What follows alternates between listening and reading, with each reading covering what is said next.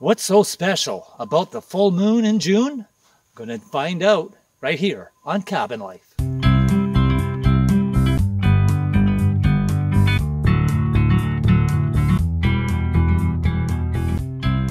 Hello, I'm Glenn, and I'm out recording tonight, doing some recording of the wilderness, and going to see if we can record the pack of wolves that is around the cabin.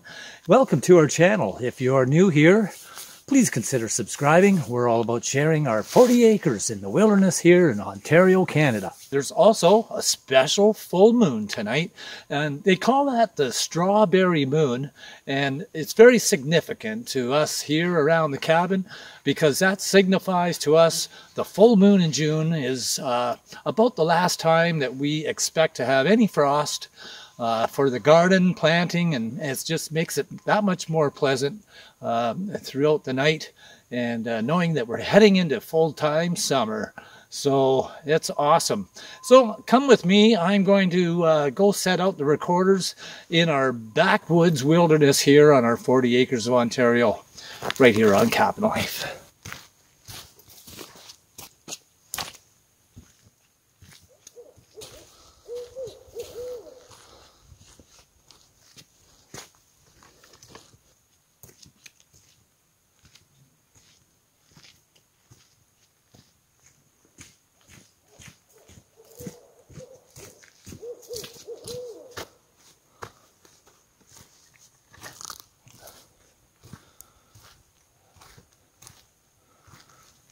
So I'm just walking up the cabin trail, and it's a really nice evening out. It's a little on the cool side, but I don't know if you can tell or not, but there are hardly any mosquitoes or black flies. Yes, you can see your breath a little bit, but as I say, this should be the last time we get any frost for about the next 4 months or so. So that's awesome.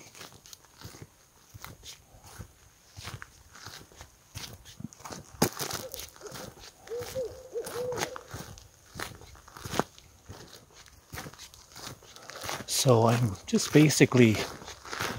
I'm walking along our cabin trail, and I do have my bear spray with me, so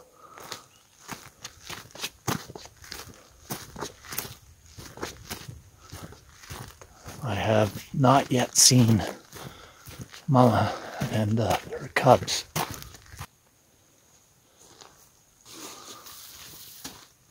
It's really dark in the forest.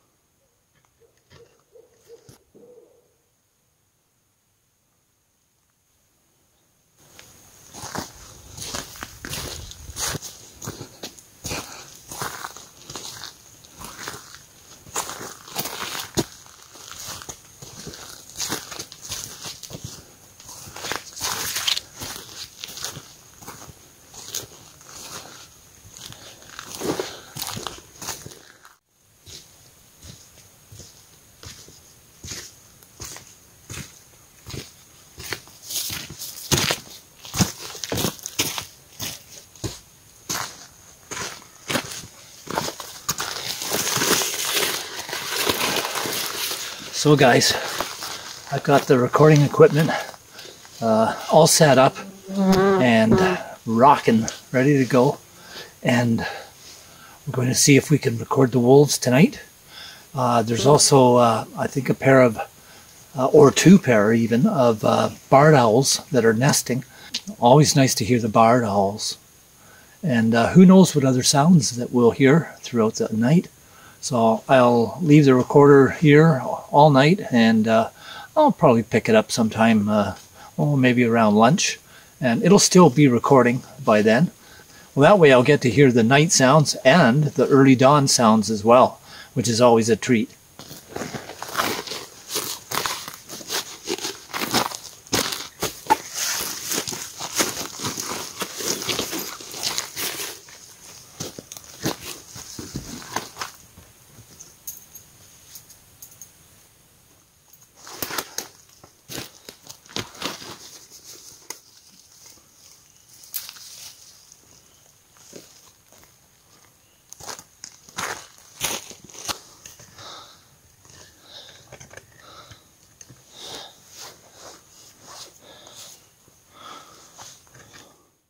So tonight we're going to record the sounds of nature. Who knows what we're in store for, and it's all under the strawberry moon. Well, now that I have the recorder set, if I do have anything on the recording, I'll be sure to share that with you. If you enjoy hearing the sounds of nature, you might want to check this video out. What else, you wonder, makes the full moon in June special? Well, it's known as the strawberry moon, and that's because it does have a slightly pinkish color to it. And the full moon in June has it's actually been termed the strawberry full moon by the Native North American Algonquin indigenous peoples, the Algonquin tribes, right in this very area where we reside here in the wilderness of Ontario, Canada. The Native North American Algonquin tribes named the strawberry full moon because it was at this time when the full moon signaled the time to harvest the ripening wild strawberries.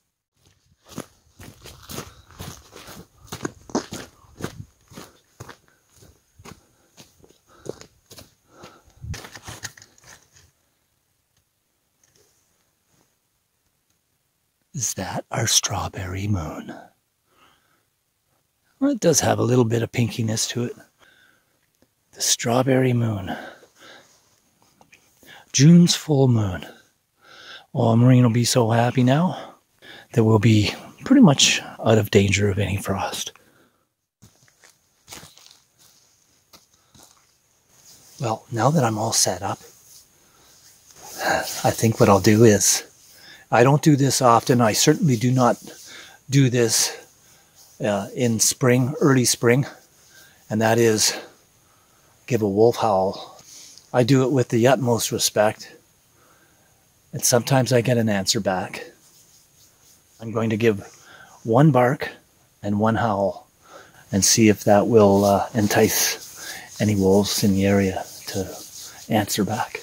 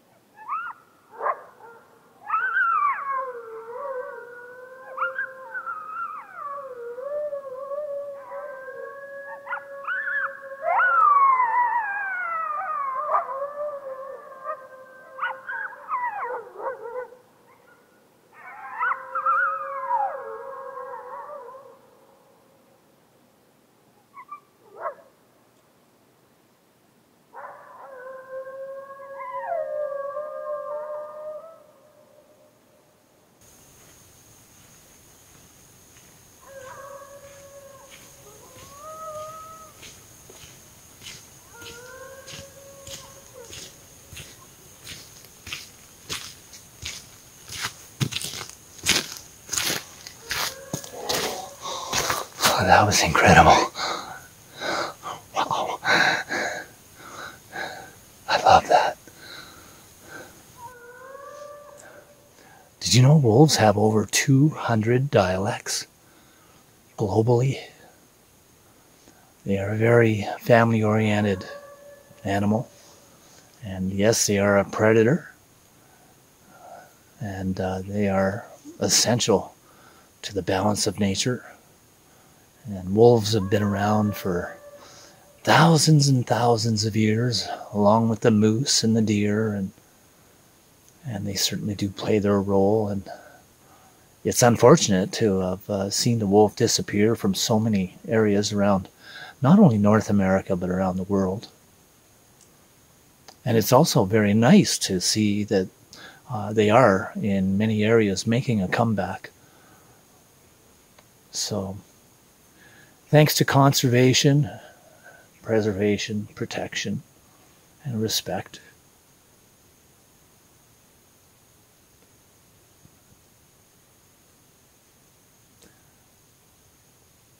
you know, early one morning I was out recording. It was just before dawn. Beautiful spring morning. And I made my way down a backwoods road down to a trail. And as I traveled along the trail, I could hear the trickling of a babbling brook. So I thought, well, this would be a nice place to record the babbling brook. Get a springtime, you know, stream sound. So I walked off the trail and ventured upstream towards a little bit of a falls that I could hear, and a nice babbling sound. And I set my recorders up there, and I walked away from that area about another 200 yards at least upstream. And I knelt down at the stream, and I'm just playing with the pebbles and the rocks in the stream and enjoying myself and enjoying the sounds of the early morning birds as dawn broke. The sun was not quite yet up over the distant hills. And as I was looking in the stream and playing with the pebbles, I suddenly felt that something was watching me. You know that feeling that you get when you just can't help but kind of look up and look around, thinking, you know, somebody or something is watching. And as I looked up, I looked to my left and nothing. I looked to my right, and there was a wolf. At first I thought it was a dog, and then I realized that there's no way that's a dog. I'm out in the middle of the wilderness here, and it was a big gray wolf, and I believe it was an eastern wolf. And he was quite large, and he was looking at me. He was walking toward me and toward the creek. He was on the other side of the creek, and the creek was only about 4 feet wide and only about a foot deep or so. And as he walked towards me, I was bent down, and I froze in my tracks. I just froze where I was and looked at him. And as he walked towards me, towards the creek even closer, and he was looking at me, and I looked at him and kind of looked away, and I thought, wow, this is interesting. I stood up to make myself bigger, you know, in case I needed to make myself, you know, appear more dominant than him. So I stood up to make myself larger, and not to be menacing, but just to make sure he knew I was there, and he knew I was there. And as he got to the creek, he looked at me. We did make eye contact. He jumped in one leap, jumped across that creek very quietly, and continued walking, probably not more than 20 yards away from me. And as he walked just past me and then walked up towards the hill, he kept on walking, and I followed him with my eyes. And as he walked towards the top of the hill, I thought, gee, I wonder if I let out a howl, I wonder what would happen. And he got towards the top of the hill, and so I let out a howl. And he looked back, went over the hill, and then I heard a howl in return, and that was awesome. So that was one of my wolf encounters. I have a few more wolf encounters that maybe I can share with you as time goes on.